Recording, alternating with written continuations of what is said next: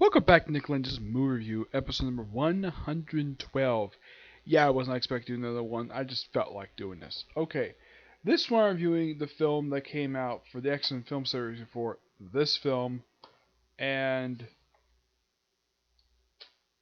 like definitely well before this film. What film is it? This is X-Men First Class. Yep, released in 2011. The first with the name X-Men on it. That's not focused on a solo film. First group film for the series since 2006. Yep. Unlike Last Stand, this one's not directed by that director. Nope.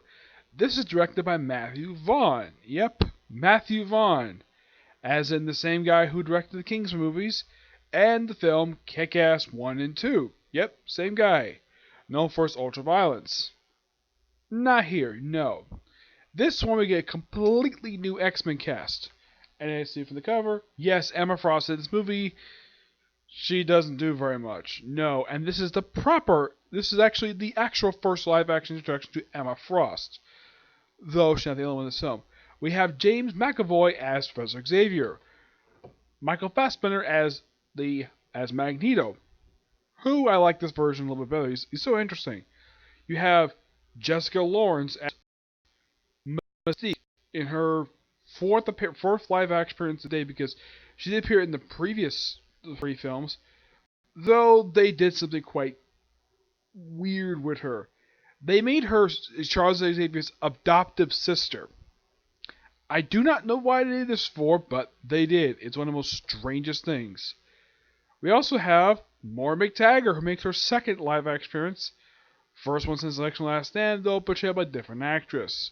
We also see the first live action personality of Frost, but also, I kid you not, Azazel, the guy who's the father of all people, Nightcrawler appears in this movie, Havoc, Darwin, Sebastian Shaw gets this guy, Banshee, Angel Salvador, who actually is a character who appears, believe it or not, this character is a Grant Morrison, I believe she's a Grant Morrison character, which, when she first showed up, she had a bit of a roundish tummy, and then later on, apparently because she worked with the X, she apparently lost a ton of weight.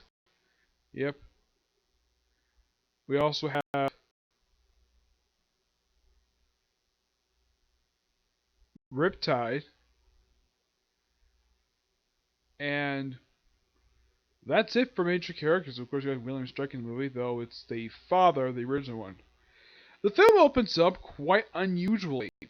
Yes. The film starts off with the beginning of the very first X-Men film, where you see Magneto, a young Magneto, get his powers first time. This, of course, also is inspiration from Magneto Testament miniseries. Yes, the whole thing about Magneto being Jewish, that was not established until Chris Claremont took over the writing of the X-Men comic books, because at first up, he was just simply a mutant terrorist. Yeah, Claremont made him a sympathetic character, which you got appreciated for doing that, which I'm glad the fact they carried over to the film. Now, it was implied he wasn't now, they don't really bring up the controversy that much.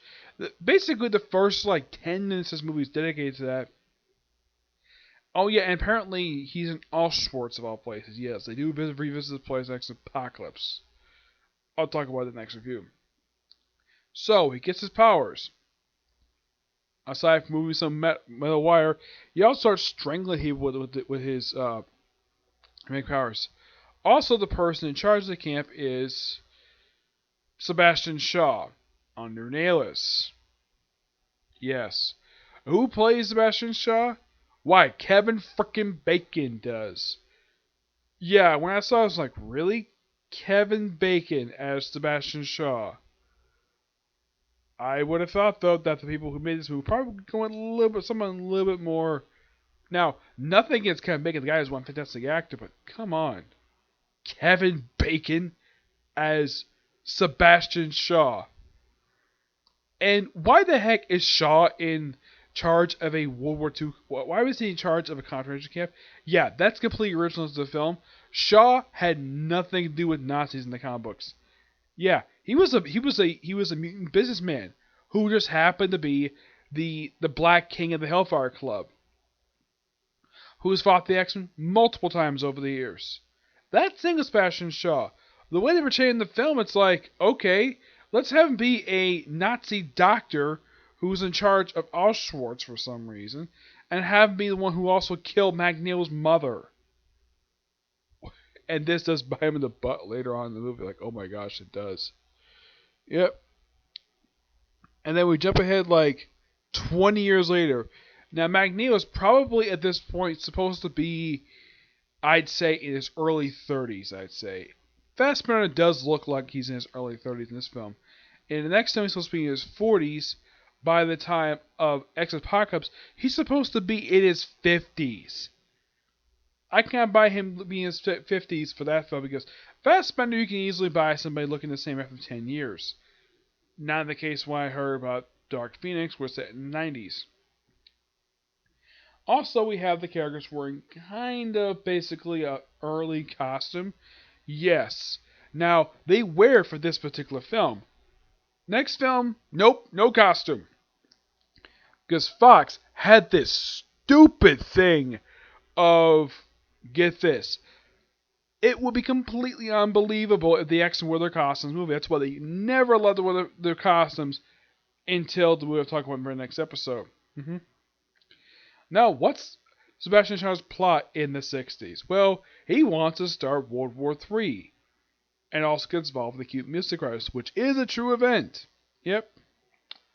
So, we have Maura McTaggart. Quite interesting character in here. She infiltrates the Hellfire Club. And there's a bit of sexism here, but thank God it's not basically over the top like it is in Agent Carter. Yeah, it's kind of like they toned it down. Like the tone of it is so different to Agent Carter, which came a few years later. Yeah. So, even though her superiors are telling her no, but she's vested in the Hellfire Club. As for why the Hellfire Club are being active in the 60s makes no freaking sense, because when the Hellfire Club first showed up in the X-Men comic books, it was the late 1970s when they first showed up, not the 60s. Though interesting enough, they actually start up in 1963, which is 62, which is a year before they actually debut in the comic book. Excuse me. Yep, that's pretty much what they did. And Magneto and Xavier kind of work together in this movie. Yeah, they do. And in case you wonder about Cerebro, now those of you seen X-Men the cartoon, was this big, humongous, like big room with a little rod thing. These films basically established that, and that became new Cerebro in the comic books up until recently. They have a new Cerebro right now, but yes, that's the reason why it looks the way it does in the comics, because of these films. So they basically work with Hank McCoy. This is before he turns up blue. No really big problem here. I mean, yes, this is technically the second act to portray Hank McCoy, who, out of all the characters in this movie who become the X-Men, he is the only actual founding member of the X-Men in this movie aside from Charles Xavier.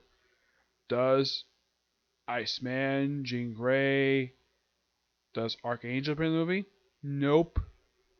And there's an angel appear in this movie, yes, Angel Salvador, who is this woman right here, one with angel wings, who, by the way, is not a found member of the X-Men, despite what I'm not sure why they chose her to be in the movie. Yes, Havoc I get because he's from that era, but why Angel Salvador? That makes no freaking sense. Especially since this character has nothing to do with the original X-Men. She showed up until 2000s. Yes. No idea why, but yeah. So, basically, Hank McCoy invents a machine to locate mutants. Basically, an early version of Cerebro. They find the mutants, no much problem. Also, they happen to where Azazel is a member of the Hellfire Club, which that's a bit weird because the guy has never been associated with the Hellfire Club in the comics. Yeah, those of you curious though, who created Azazel? It was Chuck Austin. Yeah, he's the one who created this character. I gotta say, he's pretty appearance-wise somewhat accurate to how he's picked in the comic books, which you always gotta praise the film for doing that. Yeah.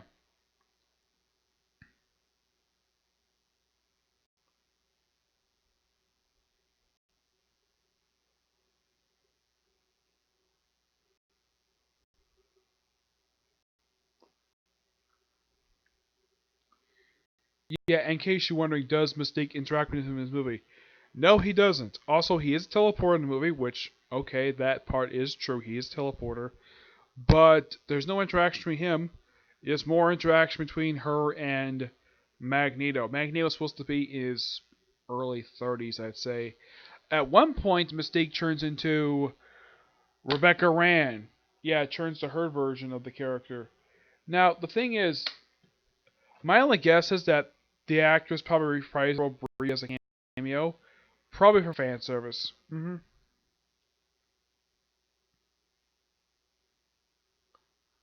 Yeah.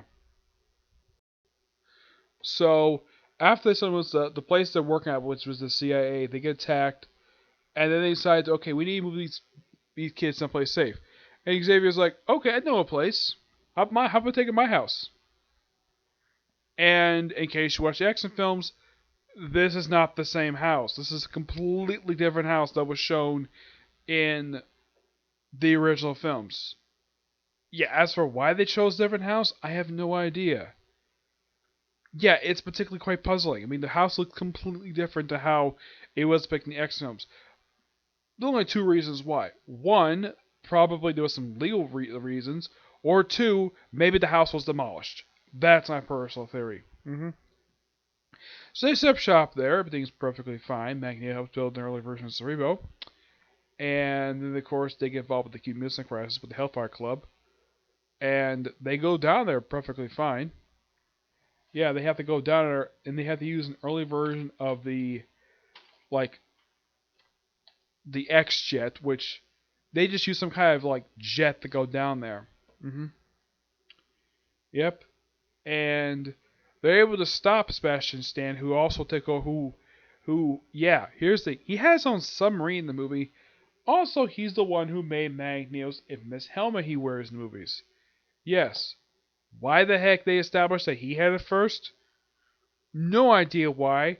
They even haven't put it on, which I thought that was weird, because Sebastian Shaw never has put on the helmet in the comics. For one thing, it will look absolutely silly on him, and it does. It looks freaking silly. Yes, the whole point of this helmet is it blocks telepathy. So, later on when he gets punched by Magneto in the film, he just somehow ability to freeze time, take Sebastian Shaw's coin. He actually just listens to all the advice he used, which is pretty good advice. He says, yeah, I listened to everything you said, but you killed my mother. So he sends the coin right through his freaking head, killing him. And he takes some members of the X-Men and the Hellfire Club to form the Brotherhood of Immunes. Basically, he takes Azazel. Emma Frost actually not here. She's actually captured. Basically, he takes Azazel. He takes Mystique. And I don't know who else he takes. He takes a few people with him.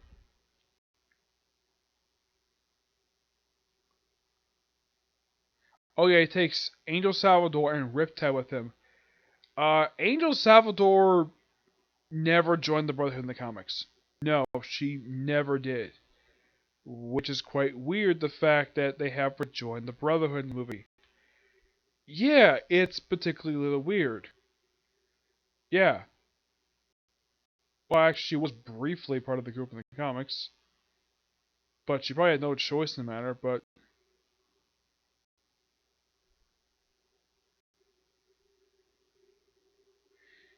yeah. Oh yeah, what happens to her and a lot of the other characters introduced in the movie, what with the exception of Hank McCoy and Havoc, everybody's all killed between movies. Yeah, part of Project Wide Awake, which is a true project from the comics. So yeah, Moira Taggart gets a kiss from Xavier. They, of course, after they go home, he wipes her memory of the whole thing, and basically resets memory to basically after the explosion at the CIA building, and she remembers pretty much nothing. Yep. Also, Xavier gets himself paralyzed in the movie, thanks to a deflecting a bullet from Magneto, which is somewhat of a lazy way to establish the fact that Xavier is in a wheelchair. In case you're wondering what caused him being in a wheelchair in the comics, it was an alien called Lucifer.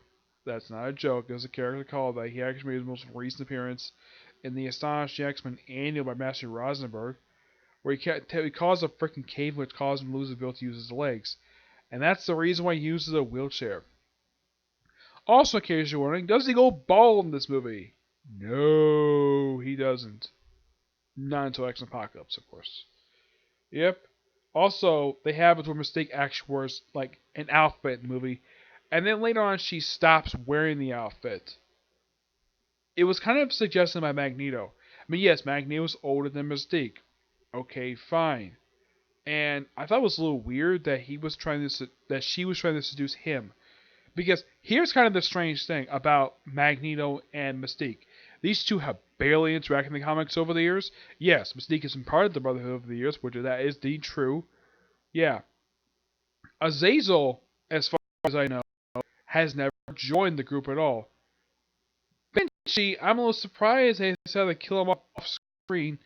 Darwin, in case you're wondering, he is not like an old character like a lot of these other characters are.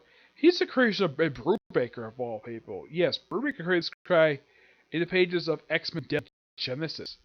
Yeah, during his brief run on the X books, he created this character, which I got handed to the filmmakers to actually portray an accurate depiction of this character. I would say all the characters for this movie, they're pretty much accurate on depicting the comic books. And I think it was either Banshee or Havoc who gave Professor Xavier and Magneto the code name, which is fine. I don't think Magneto has a problem with it. See, do I have a problem with basically Magneto giving his code name completely at random? It's like, we'll call you Professor X, we'll call you Magneto. Okay, perfectly fine. And the fact that the kids are very loud, and I'm kind of like, now I get why they kept Havoc. That's fine because he's one of the Sunriders. Okay, but why take these characters? You spent all this time developing these characters in this movie, and then when Brian Singer on board, we take half these characters and have them get killed via experiments. Yes. Now, also, Magneto puts on his outfit in the movie to free Emma Frost. And I do agree, his outfit looks really silly. I mean, it's not like the outfit that Ian McKellen wore in all the X movies that he was in. It's an okay attire. It's not exactly an outfit he would wear normally. It kind of looks like when I saw a picture of image of recently, like about a year ago. It kind of looked like his ultimate X-Men costume. That's what it kind of looked like to me. But it does look quite silly. All in all, good start to the reboot of the X-Men. This is kind of a reboot anyways because, well, rights issues because what happened with X-Men Last Stand. But I'm going to give this film roughly a 9 out of 10. It's a good film. My only slight problem with the film is Sebastian Shaw. I have no problem with him being in the X movies. He's fine. He is an X-Men villain. But the thing is, he has more in common with the Phoenix stuff than whatever came with in this movie. Also, here's kind of the strange thing with this movie, from the information I looked up. That this movie originally was supposed to be called X-Men Origins Magneto, and was supposed to be a backstory of Magneto. Yeah, a lot of the stuff with the first class stuff, that was completely added later. So the beginning stuff basically was the Magneto script, but they kind of merged that with whatever it is for this film. As for the title itself, that comes from an actual comic called this, which basically details kind of the early years of the X-Men, kind of fills some gaps during the early years of the X-Men. And the final comic was actually released 2 years before this film came out. Yeah, so when this film was released, there were no comic books released. There was no the only comic was released sort of a tie to this movie is Magneto Testament. That was pretty much it. Yeah. Now, having Magneto, Xavier, and let's just say Beast in the movie, that's perfectly fine because they were actually part of the X-Men back then. But a lot of the other characters from the movie, Havoc, well, he's fine. I have no problem with him being there. The rest of the characters make absolutely no sense to be in the 60s. Like Angel, Emma Frost, Azazel, maybe because he's a freaking demon. Also, there is no mention, if in fact, between movies that he and Mystique actually did the dirty deed. But, yeah. Yeah, sad to see that characters we established this movie, by the time we get to this movie, they're dead. Well, most of them, anyways. Havoc is in the movie very briefly. Yeah, when Mystique frees him from being captive. Also, any development Mystique had in this movie, completely thrown out. Most of it is somewhat thrown out by the next movie because apparently between movies she actually abandoned Magneto. Yeah, this was revealed in Days Future Past. Yeah, but not much else to say about First Class. But it's a good film. I do thoroughly enjoy it. It's a great film to watch. But if you wanted to watch like the bad taste in your mouth of X-Men Last Stand, try this movie out. You might actually thoroughly enjoy it, despite the fact that we have the common problem of the fact that we have a 10 years time jump. With the exception of Fassbender, no one looks the actual age it's supposed to be. I say Fassbender because because the way he is, he can. Now, here's the kind of thing about certain people. Some people after 10 years can look exactly the same. So, it's perfectly understandable, even after the 10-year time skip, that I can accept Magneto looking the same way he does. Everybody else, there really is no reason why. Yep. So yeah, that's it for this particular review.